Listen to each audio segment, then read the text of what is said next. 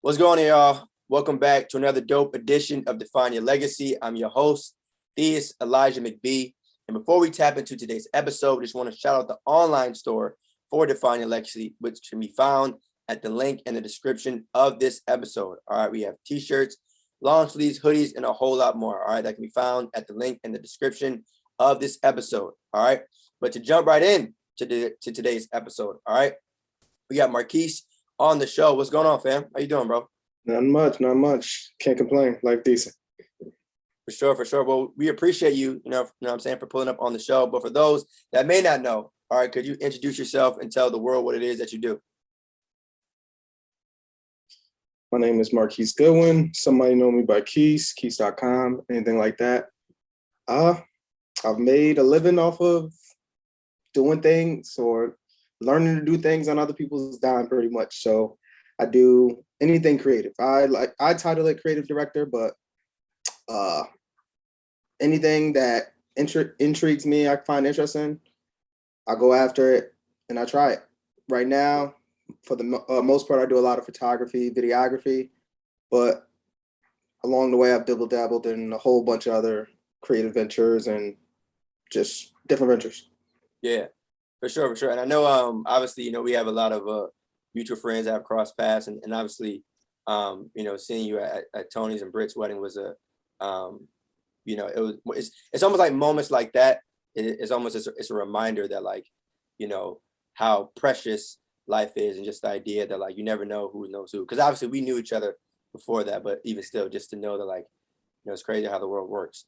But you mentioned creative director, right? And the idea of dabbling in a lot of different lanes, right? Mm-hmm. So what does that mean to you to be known and label yourself as a true creative?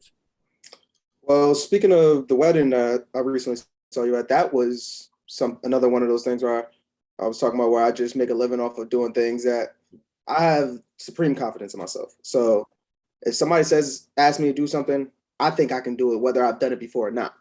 So Tone actually, his fiance at the time is friends with my sister. She showed up to her birthday party, and he didn't probably know that many people, so he just started talking to me, and he just like,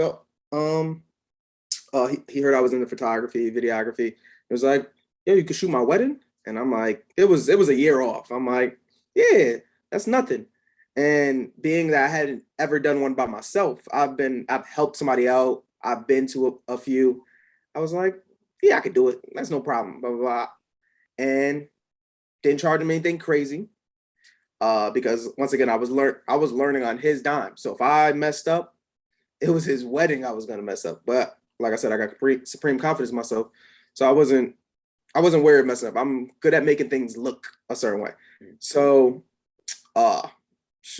it started getting close all of a sudden. It's now, her birthday was before COVID in March. His wedding was pretty much a little post-COVID. So I get to his wedding. I add another team member to help me out. And not gonna lie to you, I was there all day. That would have cost a lot of money on a normal dime. Today's price is way more than Tone paid.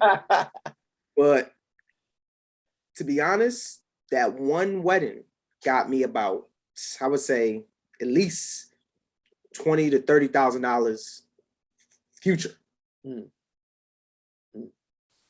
How so though? Like, I need you to break that down. People booking out.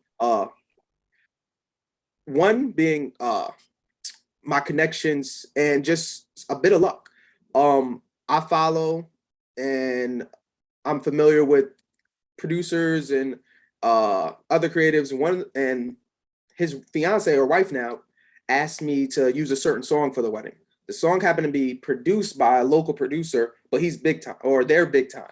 So they produce for Chris Brown. They're called The Breed. And they produced a song for Rotimi. The song, I had never heard it, but she asked, so I made the wedding video song, use it in the wedding video. Next thing you know, the guy that's the producer follows me, he reposts it and likes it.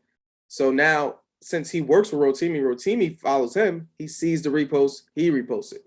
So the numbers are just going up out of nowhere. And I'm like, what? This is random. Oh, so from then, I get DM after DM, can you do my wedding? Can you do my wedding? And one thing I've learned along the way is getting the female support, and specifically Black female support or women of color support is like a stamp of approval. Because once you get one of them and they know your product is good, they'll tell everybody. You don't have to do no more work, no more marketing, no more promotion. One female or woman will push you further than any other dude will, any other man will. A man will not push you away, tell you to another friend, yo, this, that. A woman, and specifically in Greek life, both of them are part of Black Greek life, but the amount of Delta girls asking me to do everything from gender reveals to what do you call it, live home pregnancies, like everything visual I've been asked to do, and it's all come from that one video that I did on. I took a pay cut for. I did it on my own dime pretty much, and it turned out to be well worth it. Mm-hmm. I didn't do weddings before then, and now I'm doing at least 8 before November. So it's still, I would consider a side gig, but at this rate, it might take over things because as people keep adding on, my number increases. I get more comfortable with pushing the price because I have more people asking. So early on, number was low, pushed it, nobody budged at that number, pushed it again.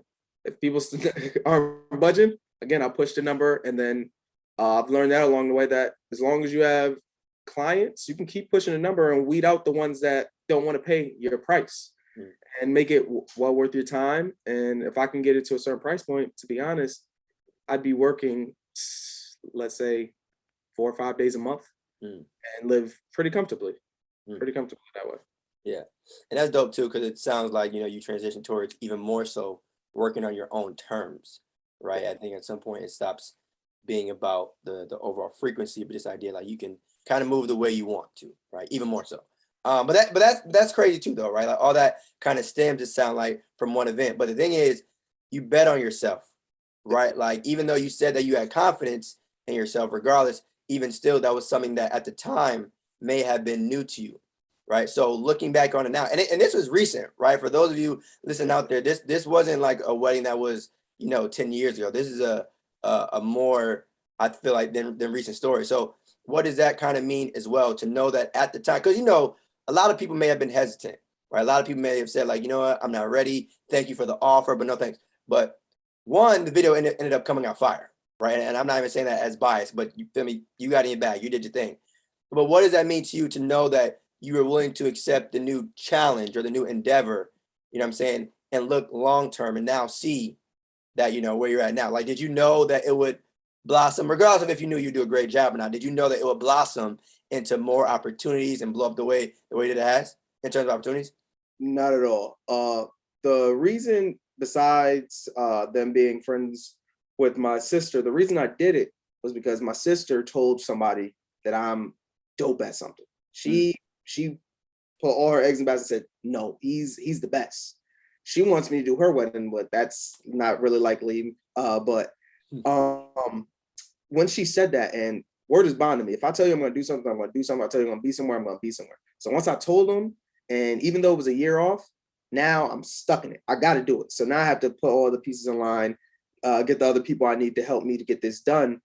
And having the year out helped, but other factors pushed me towards it. Once again, my sister, I was also in the process of purchasing a home. So it's like, I can't turn down money right now. Money is being poured into things at this point. Mm-hmm. So that pushed that towards it. But yeah, it was main so just being a man of my word. And at no point, I even said when I posted the video, y'all can thank my sister for this, but don't ask me. I'm not doing this anymore. Because like I said at the time, it was I made money, but I didn't make anything crazy. And I had to stay extra hours to even make a decent amount because I had to pay other people to be there. But once I said that, I didn't see it as me bluffing. But if you're close friends with me or friends from way back in when I used to have everybody on Facebook. Mm. If you're on Facebook, I had just posted there because I know older people are there, people that into weddings and family. So I posted on Facebook first before it even got to Instagram. And when I posted on Facebook, I said, don't ask me, I'm not doing your wedding, but here's a nice one. Posted it, and from there, again, more and more people still asking. When you say no, people still asking, but I had no intention of doing it. Anytime anybody ever asked me prior to them, and even after I had booked for Tone, I said, no, I don't do weddings. Weddings is a big production, and that's the reason I didn't do them. You need multiple people if you want to get something great. And some people are stuck in an old way of weddings. They want a DVD, they want the whole vows, they want everything from top to bottom, bells and whistles. But as you know, being in a wedding, that thing is hours, the whole day. And you got different locations, you got people partying, you got people with different performances and this, that, and the third. So it was like, I don't want to be, I'm used to, prior to I do photo shoots more often, and I'm used to being someplace an hour, 2 hours, but to be there that long was never what I saw for myself. So now it's a little bit easier because I've sold people on my idea of a wedding or my idea of a wedding recap. I tell them now prior to, I don't think I told Tone, but everybody after that, I've told them, you're hiring me for my ideas. You give me your input on music and what you want me to capture, but how it's put together, I'm in control of that. So I tell them it's a short, modern recap for Instagram and socials. I want you to go viral. I want you to have something to post. I don't want you to have something to play at your house for your grandmother and people to watch. So I try to make them under 10 minutes. Theirs was hard. There was a lot to put in, a lot that got cut out. But yeah, my whole thing is trying to make it short, concise, and keep it engaging and being creative. The best part for me is what I'm used to in my partying scenes, going and shooting clubs for so long, that when I get to the reception, I get to pick a song, and now I get to edit just for fun. I don't have to include certain parts. This is just the best parts, the livest parts, and then just cut that together. So once I've sold people on my idea of a wedding, and it's been working. So I never have to show the vows straight through, which that cuts down on cost because I would need to mic everybody up with audio and everything come in clean, this, that, and third. I'm shooting in 4K.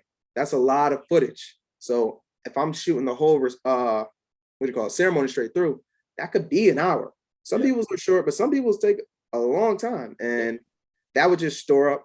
And I like to be safe and save it on my hard drive. So that would take up a lot of space and burn a lot of cards, to be honest, because I'll just be filming and filming and filming. But I've told people on my short, concise version, and it's been working for me. And ever since then, like I said, DMs every day. I got somebody that just popped up yesterday that needs a wedding in 2 weeks. And yeah.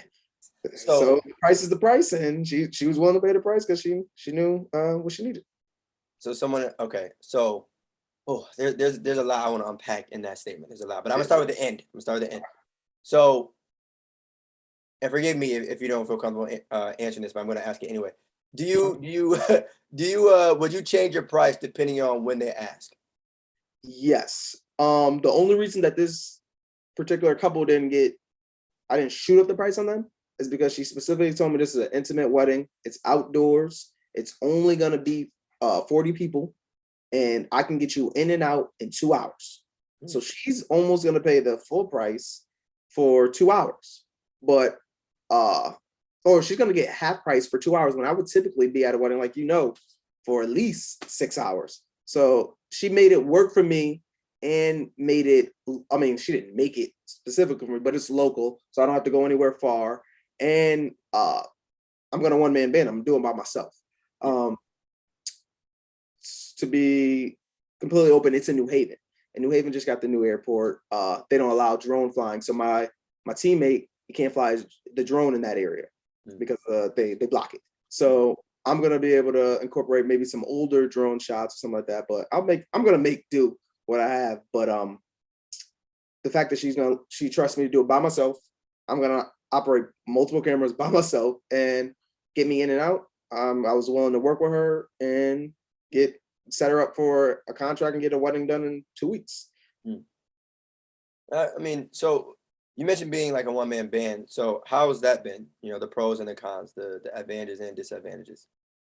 I'm used to it. I went to school for journalism, so early on, I was just out there for college courses with a camera, set the camera up, stand in front of it, and start talking. Whether it be at a women's basketball game, I went to Maryland for the Terps, doing a game down there, or just doing little stories about athletes on campus, dancers on campus, whoever was something that I found interesting. I would do a story on them. I was always by myself, and even today, during the week, I probably shoot your favorite restaurant. If it's Fairfield County, New Haven County, I've been there. I've shot it. I work with a company that's a startup that builds apps and websites. So I feed them the photography or videography, and they build a website out of it. So they need me for media. I don't have to go to the office that often. I don't have to have anybody with me that often. I just show up on location, I shoot, and they might send models, or they might send somebody in the restaurant to be the server, this, that, and the third. But for the most part, I go in there by myself, shoot, get out, and it leaves me only myself to blame if anything goes wrong. It leaves me with creative control over everything. The only thing that I really get in the way at these shoots for restaurants is the owner. If the owner or the chef wants to be really involved, that's one thing. But most times, if they've paid premium price, they don't want to do any work. So they're paying me for my ideas. This is when you do things on the hookup that somebody's like, oh, I want this, or I want that, or take a look at this. I want mine to look like this. You're hiring me for me. I'll show you my work, and you can say, I want a shot like you did for this person. That's fine, but I don't try to mimic anybody else's work. So, but yeah, working by myself allows me the liberties to do what I do, and it's typically easier to be by myself because I'm in control of everything, and I know how I like things. I've edited stuff other people shot. I somewhat enjoy it, but I know what I shoot and how I can shoot it. So it works out best for me to be honest, to shoot all my stuff myself, and most times be by myself when I'm doing most of this work. Yeah. And talk to me too a little bit about that as well, is, you know, the idea of not feeling like you have to copy or mimic anyone else's work. Like, as a creative, like, what's yours is yours. Yeah, I'm a big believer in, is like you said, what's mine is mine. What's for me is for me, and nobody can take it. So as much as I do stuff on my own, I don't mind giving out knowledge. If somebody asks me, hey, what settings were your camera at? I don't care if you comment on my Instagram. I'll tell you. There's nothing for me to hide, because I can give you the recipe and you won't make it like me. So that doesn't bother me to give out information and to help. There's enough money out here for everybody. Anytime, like I said, for even Tone's wedding, I hired somebody else who wasn't looking for anything, but hey, he can do this well. I'm gonna allow him to do this, and it's gonna help me and make this wedding look better. Anybody that asks anything, I tell them, and I have no problem giving out information. So when I look at other people's work, I don't want to mimic it. I want to be known not for copying somebody else's work or being just like everybody else's work. I want to stand out. And if I look at somebody else's work, it won't stand out. It'll just remind them of something that they liked, or remind them of something that they didn't like. I've always worked with people that I think are of high quality, either at my level or past me. So I can see what they do and take from it, but I don't try to copy it. That's the difference. I worked with a lot of good directors, a lot of good photographers, and I would just try to take stuff here and there. I'm not the type of person to ask all these questions stuff, but I learn from watching. So I'll just watch, take a bit here, take a bit there, and I'm like, all right, I could do that my way. I could do that a little bit better, or he's doing that right. She's doing that right. I should take a little bit from that. But I've been able to mold into my own style. There's other people's styles I like, but I know that's not me, but I like their style. I know I can't do it, or I don't try to do it. And my style, I know a lot of people might like my style, but as a creative, what you get into your head is that your stuff isn't good enough. That's why I didn't do weddings online. I'm like, I've seen flawless weddings. I've seen weddings, but then what I'm comparing myself to is not a level at the time I'm at yet. I don't have this equipment. I don't have a team for production. So I'm looking at these videos I'm seeing shot on Reds. It's a very high resolution cameras, stuff like film cameras pretty much. And I'm like, that's what I want my stuff to look like. But if we're being honest, your everyday person doesn't really know the difference. Like, I'll post something on Instagram and see the resolution not how I want it and be like, how? Or I'll let somebody else post or send it to a client and they'll post it. And I'm like, wow, that don't look right. The resolution is bad. Maybe they downloaded it wrong, this, that, and the third. And to be honest, most people aren't looking at that stuff. And I find a lot of people are in love with things that I've done that I don't even like. Like, I'll create something for somebody and they'll be like, oh my God, I love it. And for me, I was like, that's not my best. But that's just the creative in me trying to perfect something or get it to a level that it might not be at yet. But slowly and surely it's getting there. And with production after production, if I look at my old stuff, like, that was trash. But to somebody at the time, or even still at the time, somebody, yo, this is dope. I want this. I'm like, I could do that times 10 now. I'm way better than that. But yeah, all that to say, being by myself has taught me to get to this level, and relying on myself from YouTube University, learning everything. Like I said, I went to school for journalism. So I did a lot of writing early on, photos, but everything with the camera I taught myself or learned on the job with somebody else, this, that, and the third. And even where I met you, first off, that was another confidence in myself slash support from the culture. So at Maryland, Kevin Blackstone is a professor, the guy from the Around the Horn. He's a journalist, and he just saw me and was like, "Yo, I can put you in a position at ESPN." And I'm like, "Sure, I'll do it. I know what I'm doing." Didn't know what I was doing. I was gonna ask, did you? Didn't know what I was doing. He sent me to a game. I thought I was just going to a game. Little did I know I was working.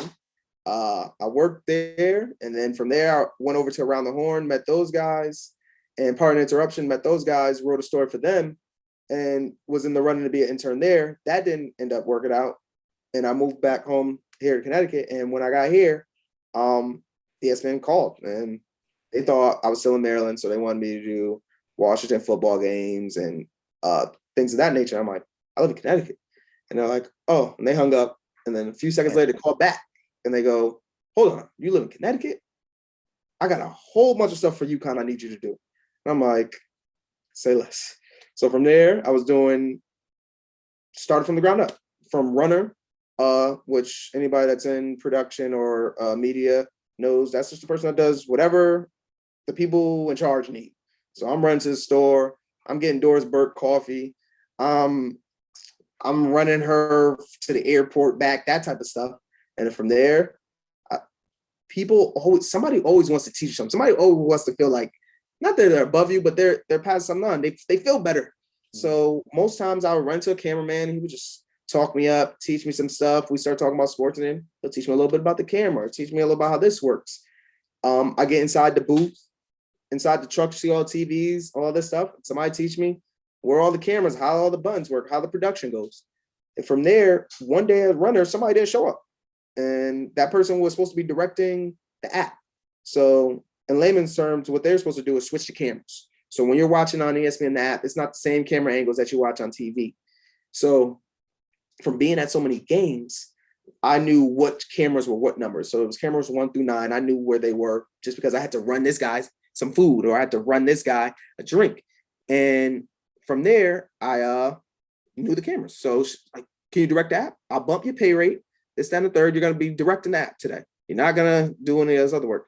So boom, I'm hitting the cameras. When during the NCAA tournament, I'm running the app.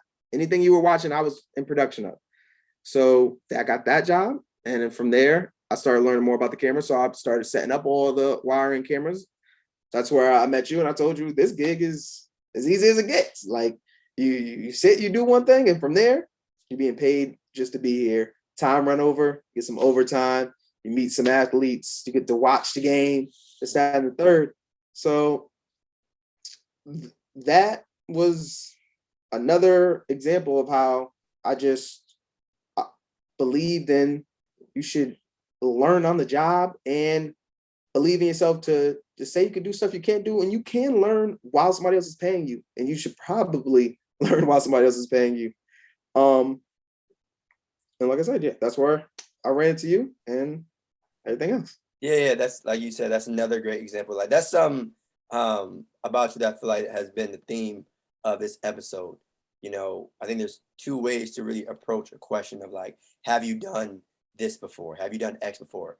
Some people say, no, I haven't, no, thank you. Or some people would say, sure, I can do it, and then figure it out, right, as you kind of go along the process. And ironic enough, in both situations that you've done it, it's led to, you know, bigger and greater opportunities. So I think the message in that for anyone listening out there is like, don't be afraid to try something new, because you never know what it can lead to, right? Like you don't always have to look in the short term, but zoom out and look at what this could actually turn into potential wise. Yeah. But how old were you at the time when you first got some of your runner positions and then kind of moved back to Connecticut and heard about some new opportunities? I was in my early 20s. I was still in college. But I knew I got the confidence because when I showed up that first day Kevin got me the gig, they were pulling people out the stands. Like people they were pulling people out the stands and asking them, did they want to help? They basically were going to be paid, you're going to eat, they thought they were going to watch the game. Most times you don't actually get to watch the game because you're too busy running around, and you're either outside of the stadium and outside of the booth where the TVs are on. So when I got there and I saw that those people knew less than I knew, at least I was studying this, and I've been in rooms on the college level to know some of the basics. One of the basics you'll learn in TV is this thing called cabling or coiling, and it's just how you wrap the wire to make sure the wire doesn't get messed up. So they were trying to teach them that on the spot, and I at least knew somewhat of it, and that was my main confidence in what's the worst that can happen. I can get fired on something that I didn't know how to do. I'm fine with taking that L on something like that. So that's how I weigh the risks on things like that. If somebody asks me to do something and the worst thing I can do is have to give them their money back or not be able to continue something, I'm cool with that. So with the ESPN thing, there was no fear at that point. One, I didn't know I was working, but two, once I got there, what's the worst they can do? Tell me today's my last day. I didn't have a day before that. So it starts something. And then from there, ESPN was hiring me from everything in Connecticut, anything that was in Connecticut, or if I wanted to leave Connecticut.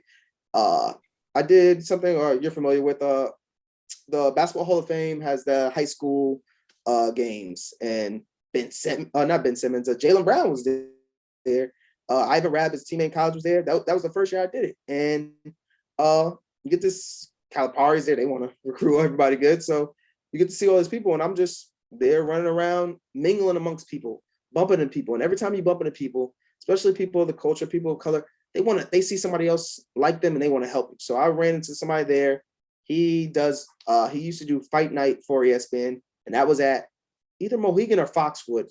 And he was trying to get me to do that and sign under them. Because if you're not familiar with the people that film and do all the work or that you see on TV, travel as a crew. They fly and stuff. They don't take a bus together, but there's a truck that they work on, and they only work on it for a certain amount of days out of the year. And they try to the guy that's running it, the operations manager, he tries to assemble himself a team. And obviously the team of people he wants are people he likes, people that fit with each other, that he can live with being with months on the year. It's not like going to work and you just got to sit with them a couple hours. So, yeah.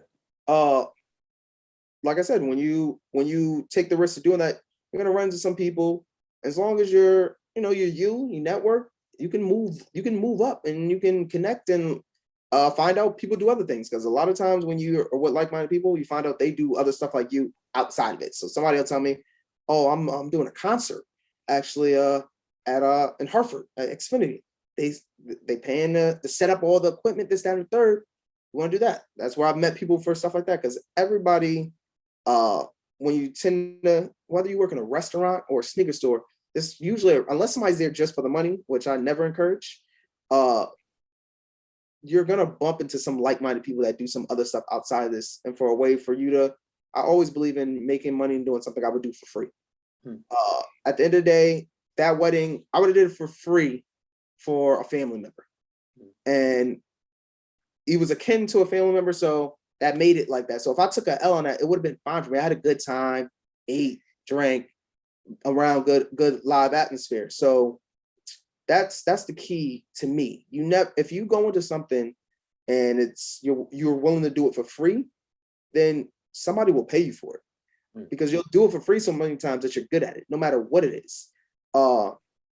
If you're into sneakers and that's what you do, you love sneakers, you can find sneakers, you're the hype beast, you can get online and get all that stuff. If you're willing to do that on your own time for free, somebody else will pay you to get them some sneakers. Because in this day and age, people like convenience. So no matter what you do, if you, like I said, if you're willing to do it for free, somebody will pay you to do it over a certain amount of time once you get good at it, because you've been doing it for free so long.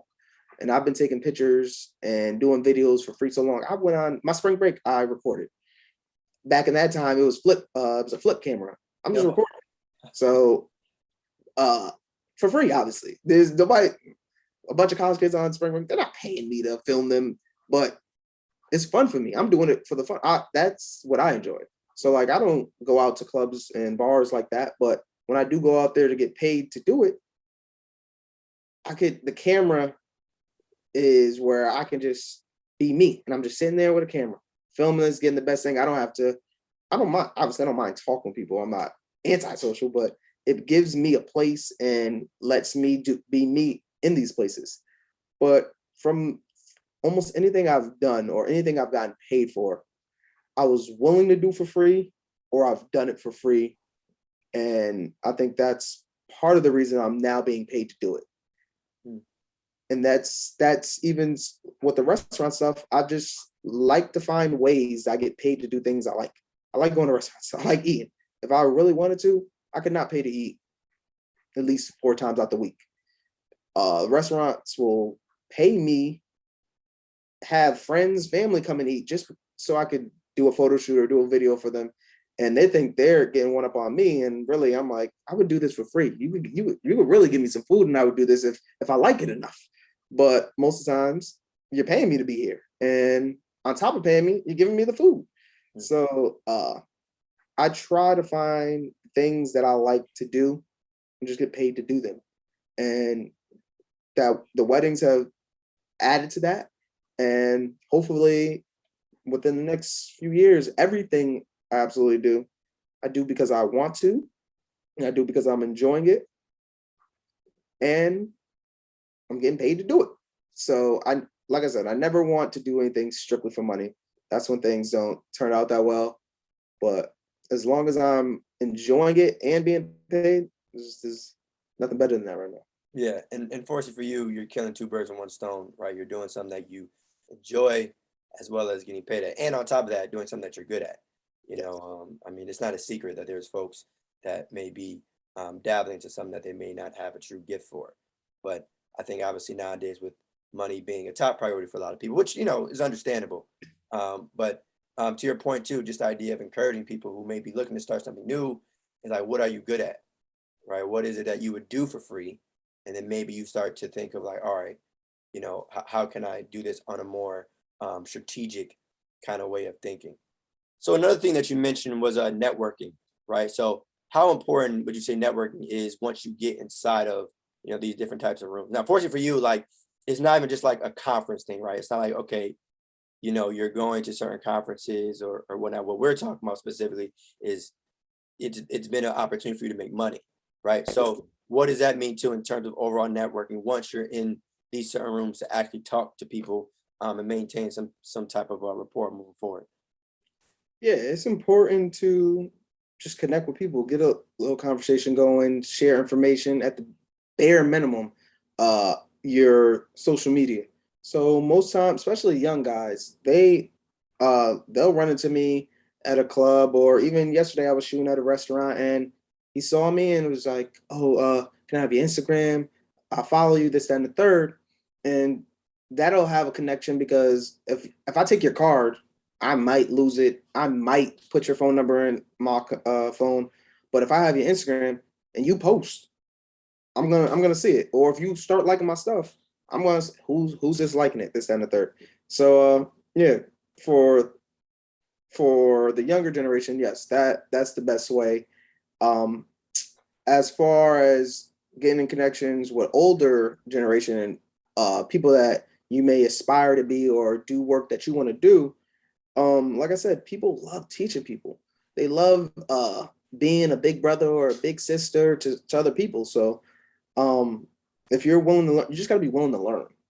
You gotta be willing to not like I said, I have the most confidence in myself. I have the confidence to do anything, but I'm also willing to be uh the the student. So I'm willing to let somebody else teach me something if I think that if they're doing what I want to do, and I think they're better than what I'm at this point, I'm willing to learn from somebody. You can teach me something, and hopefully I become good as you or better than you.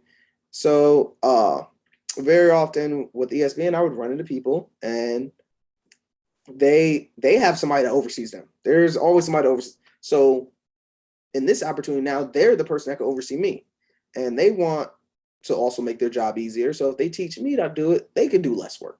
So very often on the free time, they teach me the camera, teach me how things work, what things work, if things were troubleshoot things, how things work and stuff like that. So whenever possible, I would say try to speak to people who do what you do and in a comfortable environment for you. I'm not saying that you're at the Knicks game and you walk down to the cameraman and start asking him questions. That's not gonna work. But if you if you're doing work or you find out in a social setting somebody does some work, get beside them, have a little spark of a conversation, and it never I'm never off put by somebody asking me. Even last night, uh, I was shooting a restaurant, getting their video done for their website, and the restaurant there right next door. I was outside. I say yesterday, and the hostess, she was just like, "I love the camera. Like, I just want to learn so much about it," and that will never be off putting to somebody saying something to me. I don't it wasn't this long, drawn out conversation, but she got her point across. And if she was interested in it, I'm willing to teach you something. I'm always willing to teach somebody something quickly on the spot, just a small tidbit. So if somebody asks me, well, this is how the camera works. This is the aperture. This is the exposure. This will cause this. This will do that. And they could take that a little bit. And like I said, for me, a lot of the stuff I learned was YouTube University. So once I learned a little bit from somebody, I go take it somewhere else and go to YouTube, and all you gotta do is search some part of the word. Uh, I remember one time my actual graduation photographer, he was doing a video and he did this effect, and he told me about it, but he didn't really tell me about it. It was too quick, so I went and I just looked on Google for the longest and YouTube and popped up, learned how to do it from YouTube. Somebody always wanted to teach somebody on YouTube, and from there, learn that effect and keep pushing more and more. But like I said, for the most part, networking is very integral to working on your own. Um, if you want to work in an office, yeah, you might not need to network. Once you get your position, you get your position. But if you want to work for yourself and uh, find multiple streams of revenue for yourself, you have to talk to people. Your name has to be on the end of everybody's tongue. It has to be moving like that. So I try to talk to people whenever I can that are like-minded, and whenever I go to any event or shooting thing, I'm usually not the only guy there. So even at the wedding you were in, the photographer, I I followed him, and anytime somebody asked me, I don't even know him. I didn't speak to him another day outside of that wedding. And anytime somebody asks, "Do you know a wedding photographer?" Here's one. Because one, I can't do what he does. And at the level he does it, I could take your wedding photos, but it's not gonna look like what he's been doing for so long and perfected. So if somebody is already booking me for the wedding, I don't have a photographer alongside of me. Here's a photographer right here. Take his look at his socials. If that's what you like, I'm sure if he has the time, he'll show up to do the wedding if you're at his price. But yeah. So I bump into people and always try to push off people, work on people. I'm always trying to connect with people to do collaborations that works for both of us and feeds both of us pockets and our creative minds. Yeah, you bring up a good point. It's kind of ironic. Like you said, in order to work on your own, you have to network, right? Like you would think it's kind of like it's interesting hearing that because maybe there's folks out there that either want to work as an individual and think that they may not need a team or think that they can do it on their own. But in reality, everybody needs somebody, right? Like you have to be able to willing to talk to other people. There's very few ways in life where you can make money by literally just being a complete 110% loner / not using social media / not texting / not emailing or talking to anybody. But also too, I want to touch on something else that you mentioned, and that's price, right? Yes. Just the idea of how did you personally come up with your specific price? Like how is that a thing? Because of course, when people discuss salary, everyone kind of has a number in mind based off employer and overall what they bring to the table. But I guess in entrepreneurship and also specifically what you do, what was it that allowed you to come up with your number and then, right, over time, change / increase that? One, I'm a numbers guy. I start doing math. I'm like my mother. I walk into an event, I see so many people, I'm starting adding them up. I'm like, this is how much this person could possibly make it. Mm-hmm. So I always try to make the numbers work for me in that sense of what am I willing to do this for? I have a somewhat of a bad habit of judging my client and being like, because where I come from, where a lot of us come from, people don't have a lot. So I'll be like, I don't want to kill this person over there. But I've gotten myself out of that mindset that, especially at these celebrations, this is the highlight of these people's lives. And whether it's I'm doing a quinceañera or I'm doing a baby shower, these people are willing to pay premiums because this is a key moment in their life. This is something they want to remember. Along with that, like I said, I work with a startup, and the CEO of the startup is, which your ideas of like venture capitalists and stuff, he's selling. So I've noticed with his pricing on productions, you don't want to be so high up that nobody wants to book it, but you don't want to be so low that you're overworked. He finds himself a middle ground where he undercuts people that are doing it at one price point and rather do volume at a decently high price point. So I try to do like, let's say if the high price point is 1,000, if you're running around doing $100 photo shoots, you're gonna get a bunch of them, but you're gonna overwork yourself. You're not gonna want to be there. And then if you just price yourself in the middle, that's cool. I tend to go a little bit above the middle. So say for when I first started doing weddings, it was under $1,000 for me to be there. If you ask anybody, a wedding under $2,000 is a deal. So from there, once I learned and was able to realize I can do this by myself, I can do this with a team and make it even better, I just started adding that on. So I found a good team member, and he tells me his price. So I work off of his price. I always want to get my team members what they want first. So if I'm working with you and you say, hey, I need $200 to be there for 2 hours, $100 an hour. I say, cool. I'm going to get you 200. I'm going to try to get you more than your 200 so that you're happy with me. So I'm going to, at that point, you tell me I'm trying to get you 250. So I'm starting off already. I need 250 for my teammate. All right. Now how many hours I'm going to be there? At this point in my life, I don't have to work for under $100 an hour because people see it as the hours I'm there, but when I get back here, I have to sit and wait those hours too. So it's not really $100 an hour. It's $100 an hour plus the time I spend doing the post production. So then I do that. So now if I'm at your wedding for 8 hours, we're at 800 plus the 250 for him. So we're at 1,050. And then now I have to weigh in the factors of traveling, the equipment. Equipment isn't free. The software and stuff I use isn't free. Granted, I may pay yearly or I may have paid a one-time price for it, but that one-time price is likely more than the whole production that you got going on. So I factor those in. That I was taught from a guy at ESPN. He was doing a price sheet of what everything costs down to the card and the batteries. Like those were all small fees on his production list that added up. So I add in all those things, and from there, give myself a cushion for something to go wrong, cushion for if I show up on the day and I need to buy something, stuff like that. And from there, every time I'm adding a little bit. I'm taxing for expertise learned, and you should never be pricing based on the fact that you can do something faster. I learned that a long time ago with a graphic designer. If he can make a logo for you in 10 minutes, you're not going to be charged because he can do it in 10 minutes. He learned so well that he can do it in 10 minutes now. So as I keep going, I actually making more money sometimes without raising the price, because now I can do things faster. I can do things easier. And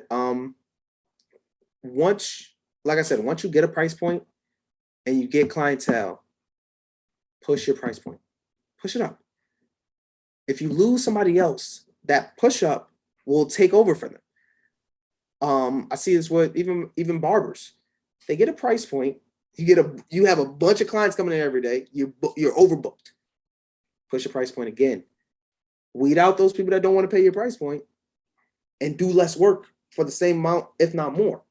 So that's why I push towards now, is to keep weeding out. I don't want small budget. I don't want this is my last dime type stuff. So now that I have a decent clientele, I can push my price point every few months. Yeah. And every year I start with a price sheet and just go right back into Photoshop, edit the numbers every once in a while. And just from, like I said, from Tone's wedding, I am easily up more than 100% on the price he paid for the basic package I do. So if you go to the Supreme package, it's up on there. And even when I'm giving people deals for knowing stuff or knowing family or friends and stuff like that, it's still at a premium. Mm-hmm. And that's due to having clientele. If you don't have clientele, pushing a premium price is hard. Mm. So if you're selling shirts and all of a sudden you want to sell a t-shirt for $70, if you don't have a bunch of people buying it, that $70 shirt just you got a premium t-shirt that nobody's buying. So what you build your clientele at a decent price point. I wouldn't try to have the best prices. That's never my goal, is to have the best prices. My goal is to have the best deal. So my price for what I do is a deal. People charge more than me, and some of those people charge more than me don't, in my opinion, shoot better than me.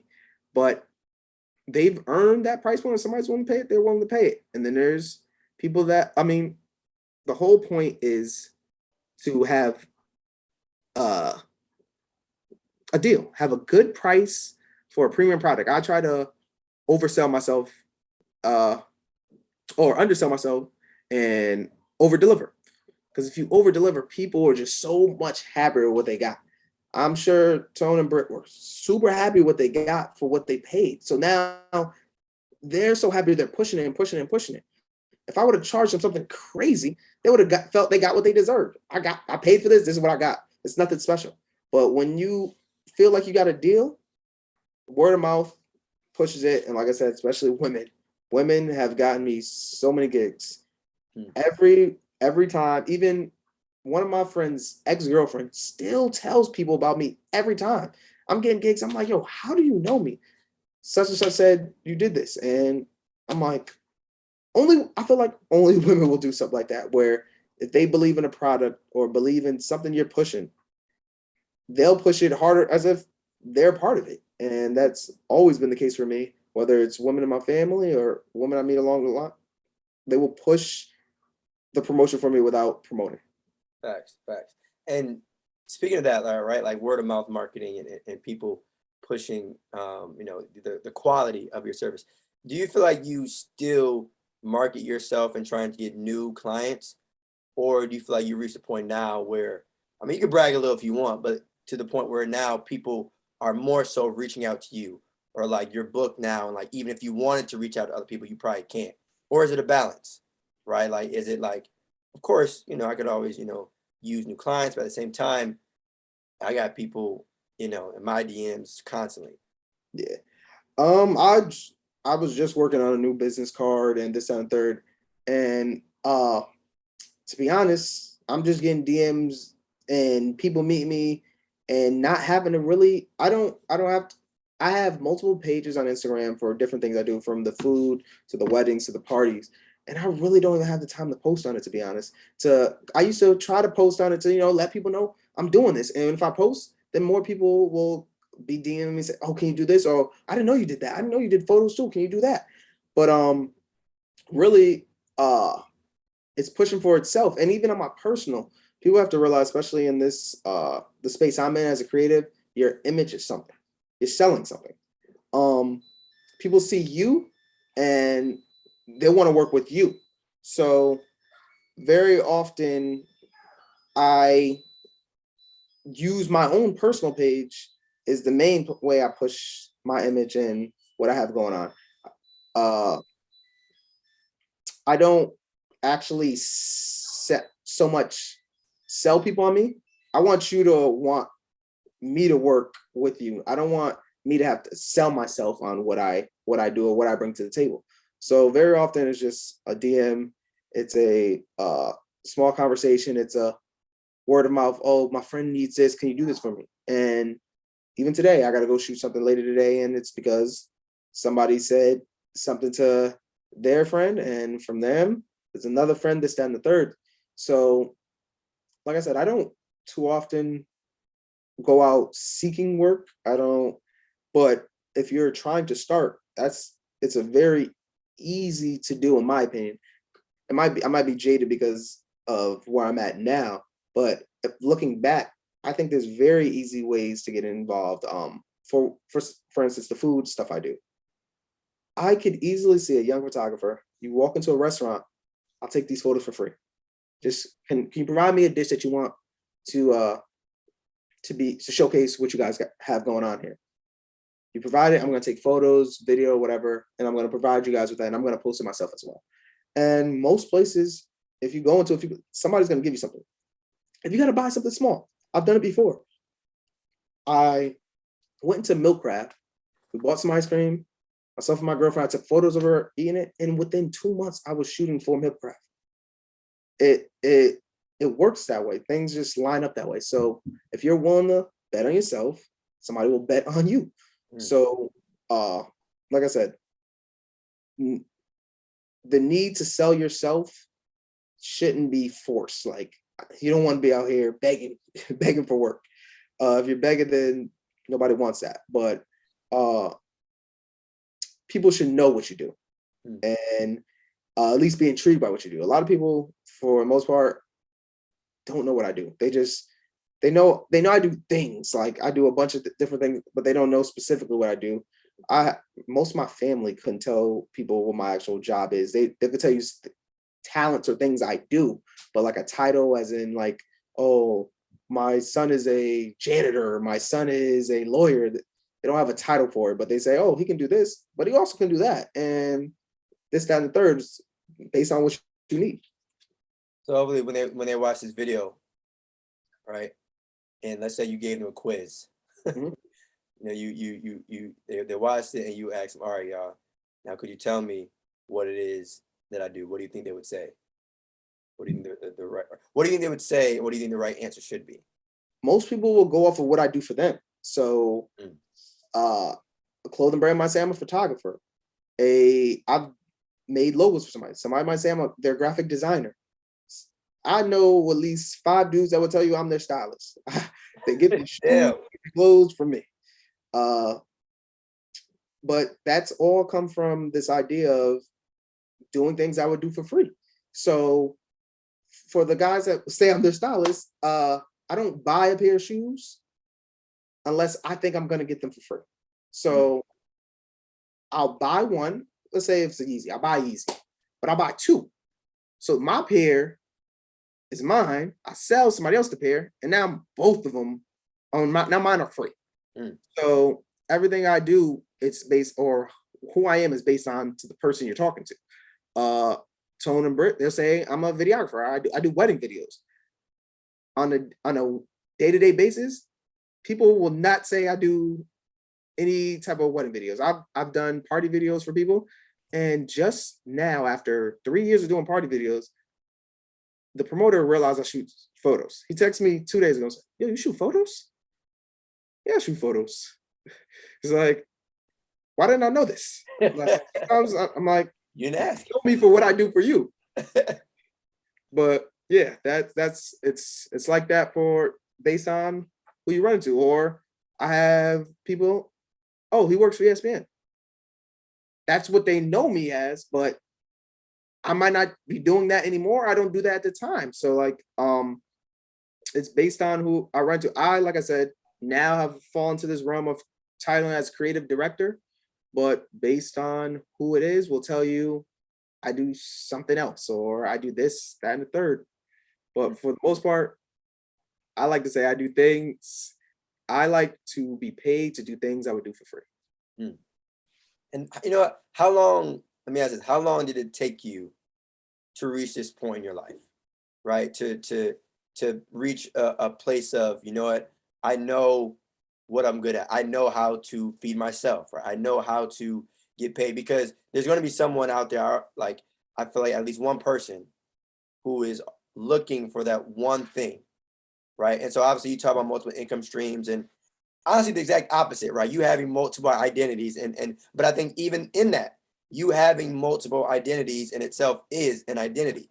So what do you think is required, / how long did it take you to really understand and to grow into the man and the person that you are, to know like, all right, this is what I'm good at, right? And it doesn't have to be just one thing, but it's the idea like, all right, I know how to, you know, put a roof over my head. I know how to legitimately take care of myself. And if I'm ever struggling, God forbid, knock on wood, I know how to go out and get me some money. How long do you think, would you say it took you? It didn't take that long, if I'm being honest. I luckily have good parents, so I never had anything to worry about then. And like I said early, I did a lot of things for free, and being able to do things for free is also due to being not financially backed, but having this money. So early on with that ESPN stuff, they were paying me, but I was a college student. I didn't have much to pay for. So I had money stored up. And when the gig I'm doing now with the startup, they started me off less than $300. They were like, I can give you less than $300 a week to just come in here and do some creative stuff. I was already being paid elsewhere. So taking $300 to come in when I felt like it was intriguing to me, because I like the freedom of being able to move. I can try, if I decide tomorrow I want to go to Aruba, I can take off and leave. And that's been that way for a long time. The last time I clocked in was probably in high school, working a restaurant job.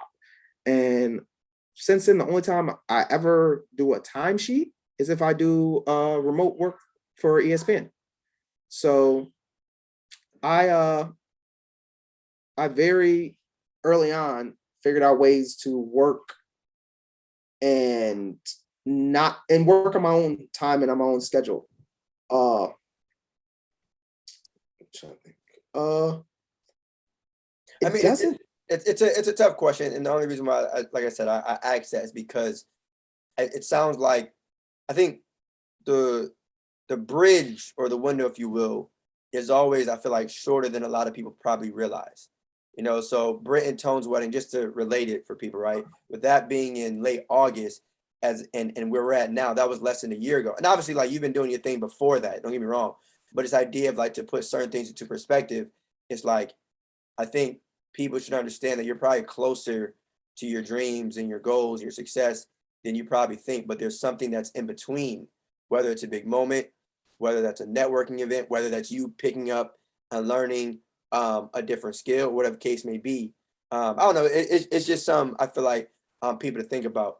But either way, right? Like, you mentioned your overall journey, right? And studying journalism and getting, your opportunities early on with ESPN, having to move, back to, Connecticut and return back to the state, and just, the idea of being a runner, right? The idea of, networking once you're in these rooms, not just having good opportunities, but taking advantage of these good opportunities, and being willing to learn, right? Being willing to, once you reach a certain phase of your life, being willing to change your price, right? And the good thing about that is that it's yours. You decide your price, right? You can say yes and you can say no. The idea of being willing to agree, right, to certain conditions early on, even if you're either not ready or you haven't done it before, right? And the idea of, word of mouth marketing, and, the idea of having a great product, service, whatever, and then after you push out on social, whatever, allowing the world to really market, and then now having, the marketing be kind of free flowing, right? People talking about you, and now that foot traffic or whatever is being driven towards you and your page. And just overall, your sister, right, being a person that has motivated you and spread the word for you. And that, I'm sure, isn't just because she loves you, but because you do a great job. And I say all of that, right? I say all of that, not again to just show that I'm listening and paying attention, but because it's a part of your story, right? And that leads me to the final question that I have for you. And it's a question that I ask everyone that's been on an episode of Define Your Legacy. And that question is, how do you want to be remembered? I would like to be remembered for my work, my drive, just being one of the most. I want to be known for being ambitious and uh, being able to do things that people didn't think I could do, or didn't think that, not specifically I could do, that couldn't be done. So in the end, I want my work to stand on its own and be what people know me for. But more than that, I just want people to understand that you can do what you want to do and be paid for it. Like, you don't have to work a 9 to 5 forever. I don't bash 9 to 5 working, but it should be part of your journey. It shouldn't be your end all be all. Unless that's what you love to do. If you work a 9 to 5 at some place that you love, then that's perfectly fine. But if you're working a 9 to 5 to pay the bills, th- that shouldn't be your end all goal. So uh I find solace in the fact that when I do something for somebody, that it has its own journey with them. Things that I've done have long passed my realm, what I do, but for people, it leaves a lasting image or memory for them. I've shot people, or I've done videos, and people are like, "This is the highlight of my life. This is the highlight of my day." I'm like, it's not really that big of a deal, but that's to me because I do this every All day. right. But for them, that's everything, especially weddings. That's a woman's moment. So for them to be like, "Oh, this is big for me. That I love this and the third," and I know it's truly loved when it's beyond the bride. When it's Yeah. a separate woman alone that loves the production, she doesn't have ties to it, emotional ties to everything going on. That it's create a lasting image, and things that people remember. People love a camera. So the people, well, there's people that hate it, but the people that love a camera. Yeah. And when we're able to capture something for them, or one of my biggest joys is bringing something to life that somebody else didn't think could be brought to life, or was in their head but they couldn't express it. Mm. So I like to just give images to people's dreams. So this is what I dream of something looking like. I like to be able to create that for them. And by creating that for them, it's everlasting. That's something they will carry on. That's something they will pass on. And it will never die. I continue to be able to do it. I'm blessed to be able to do it every day. Yeah. I take a photo every day. uh, I don't shoot a video every day, but pretty much every week I'm shooting a video, and those videos last on. They move from platform to platform and push, and I have no desire to go viral or anything like that. I have a desire to leave a lasting memory for people, for a person. And even in saying that, right, like that's a perfect, segue to the next question I was gonna ask is, if you could, man, drop your social media, right? Like where can people find you? Where can people, find these specific videos and your overall contact information? Feel free to let people know where you are. Okay. My personal Instagram is keys.com. That's QUISDOTCOM.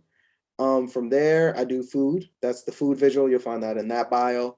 Most people don't know I'm the camera guy behind C2 Food Lovers. The Instagram has almost 100,000 followers. Uh, we do every restaurant in Connecticut, or pretty much close to it. As long as you don't live way out in the Columbias, Brooklyns Yeah. of Connecticut. Uh, I've been there and I've shot it, and whether it's photos or video.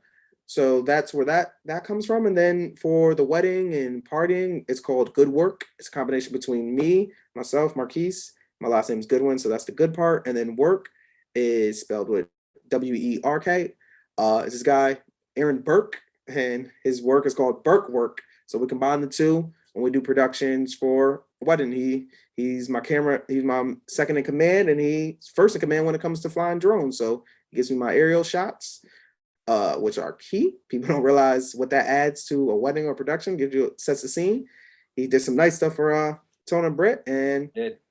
that's where you'll find that type of stuff. You'll find the weddings, you'll find the baby showers, the club parties, and those are the socials I work from. So keys.com, good work VSL, good work visual, and the food visual.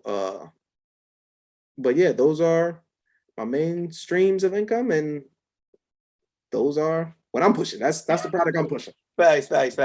Well, we appreciate you, for being on the show, man. I would just say, on the Define Your Legacy front, y'all, make sure you subscribe to Theus Elijah on YouTube, as well as Define Your Legacy on Instagram, as well as Facebook, DYL Podcast on Twitter, and then last but not least, Theus Elijah on TikTok. All episodes of Define Legacy drop at 8:24 a.m. Eastern, all right, on Apple Podcasts, Spotify, and Theus Elijah YouTube.